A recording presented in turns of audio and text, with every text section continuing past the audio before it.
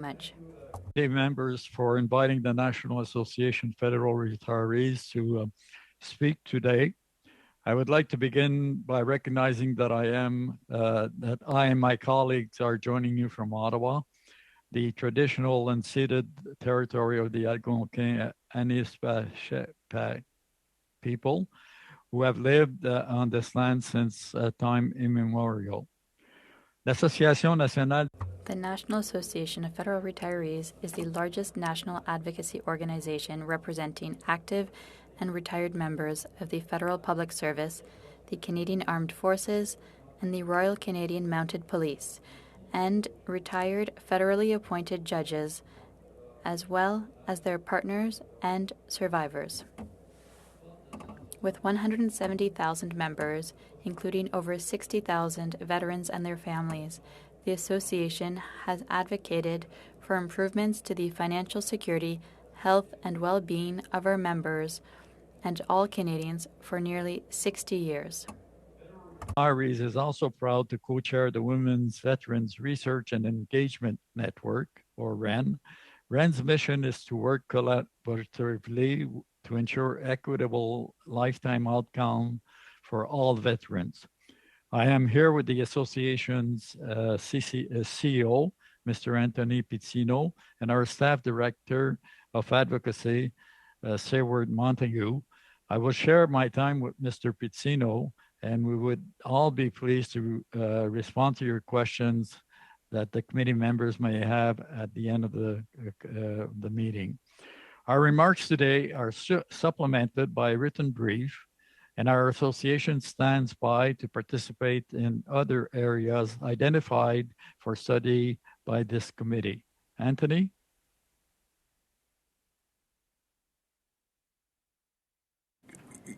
Go ahead, Mr. You're muted, I think. I think he's trying to unmute. Oh, okay. So, on me dit, enfin, le greffier. The clerk tells me that Ms. Sayward will do the presentation. It's Montague. I'm sorry I mispronounced your name earlier. So you have the 3 minutes remaining. Go ahead. I answer to both, so no problem whatsoever. Anthony offers his apologies for the technical difficulties, but he will certainly be attentively watching the proceedings today. Thank you, Jean-Guy, and thank you, committee members, for your time today. One of the key metrics used to assess service delivery performance and to serve as a proxy for fairness is disability benefit application wait times. However, there is no, to our knowledge, standard definition of what fair service means. In the view of the association, fair service means equitable service, and it must also mean equitable outcomes. Having good, clear data is essential in this, and it is incredibly difficult to locate disaggregated data to compare results, which committee members have noted during the course of the study.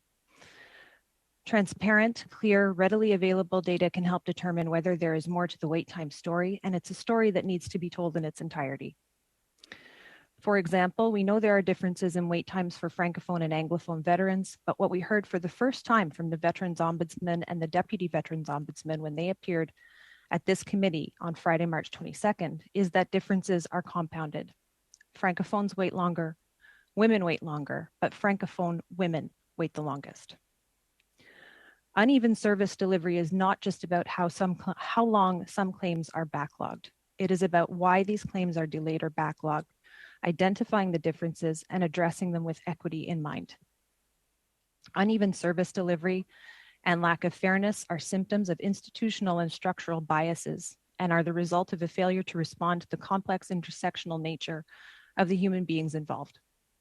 A veteran's identity is relevant to experiences during service, including service-related illness and injury, the outcomes they're likely to experience as a veteran, and the care and support they may require.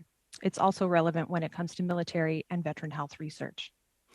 We've made a number of recommendations in the brief that we've supplemented with, but it really comes down to data and transparent reporting to define and understand where lack of fairness is worse, understanding what we're seeing are symptoms of systemic inequity, both up and downstream, research and coordination, and ensuring veterans have a voice. in the services and delivery of those services. Thank you.